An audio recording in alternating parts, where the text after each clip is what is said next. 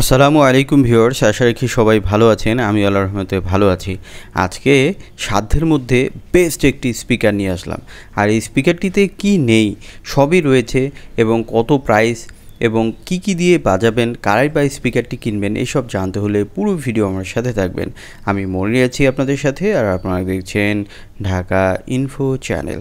তো আমরা যে স্পিকারটি এখন দেখাচ্ছি সেটির এক্সট্রিমের একটি স্পিকার, আর মডেল হচ্ছে এক্সট্রিম জয়।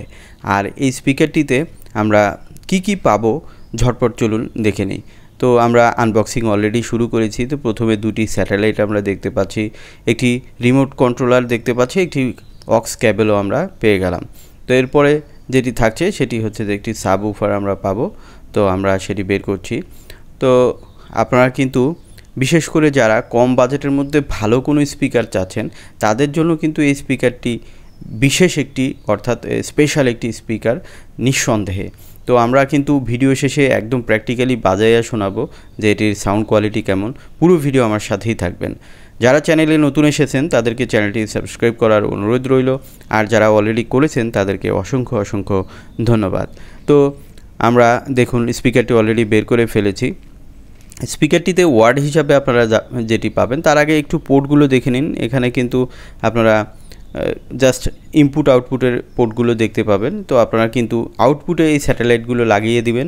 আর সাবউফারটি পাশে দেখুন রয়েছে। নিচের দিকে সাবউফারটি থাকলে কিন্তু, স্পিকারটি থাকলে কিন্তু বেজে প্রবলেম হয়, অর্থাৎ বেজ একটু খারাপ হয়। তো দেখুন সাইডে কিন্তু সব ধরনের অপশন রয়েছে, ইউএসবি, তারপরে কার্ড রিডার পোর্ট এবং মেনু বাটনগুলো। এখানে কিন্তু সাউন্ড এবং বেজের অপশনটাও কিন্তু আলাদা রয়েছে। এটি একটি ভালো অপশন।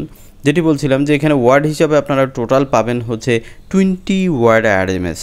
যে সাবউফারটি দেখতে পাচ্ছেন এটিতে 10 ওয়াটস রয়েছে, এবং এখানে যে স্যাটেলাইটগুলো রয়েছে এগুলোতে কিন্তু 5 ওয়াট করে, অর্থাৎ 5x2 10 ওয়াটস, টোটাল 10 + 10 20 ওয়াটস আরএমএস কিন্তু আপনারা পেয়ে যাবেন। এই কম দামের মধ্যে ছোট একটি স্পিকারের মধ্যে আপনারা এত ওয়াট পাচ্ছেন, এটি কিন্তু হিউজ।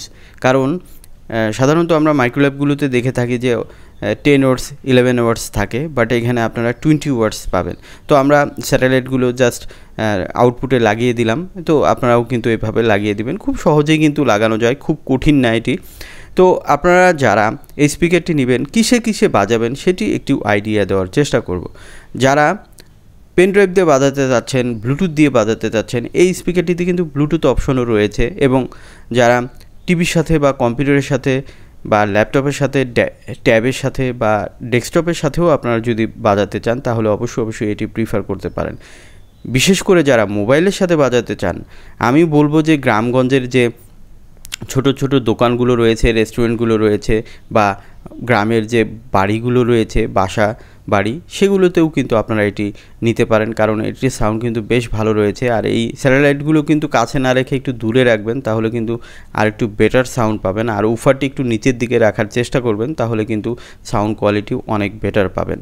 তো আমি যেটি বলবো যে যারা ভাবছেন যে 3000 টাকার মধ্যে কোনো ভালো মানের স্পিকার খুঁজছেন বা নেবেন, তাদের জন্য কিন্তু এই স্পিকারটি দারুণ একটি স্পিকার নিঃসন্দেহে।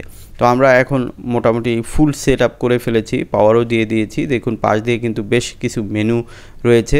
আপনারা কিন্তু চাইলে রিমোটের মাধ্যমে যেমন কন্ট্রোল করতে পারবেন, তেমনি কিন্তু ম্যানুয়ালিও কিন্তু এটি কন্ট্রোল করতে পারবেন। তো আমরা কন্ট্রোল করে আপনাদেরকে একটু দেখাচ্ছি। এখানে কিন্তু আপনারা এফএম রেডিওও পাবেন। যারা এফএম রেডিও শুনতে পছন্দ করেন তারাও কিন্তু এটি প্রিফার করতে পারেন। স্পিকারটির বর্তমান বাজার মূল্য ধরা হয়েছে 2800 টাকা, যদিও এটি আগে একটু কম ছিল, বাট এখন বেড়েছে। চলুন আমরা এই স্পিকারটি একটু শুনে নেই।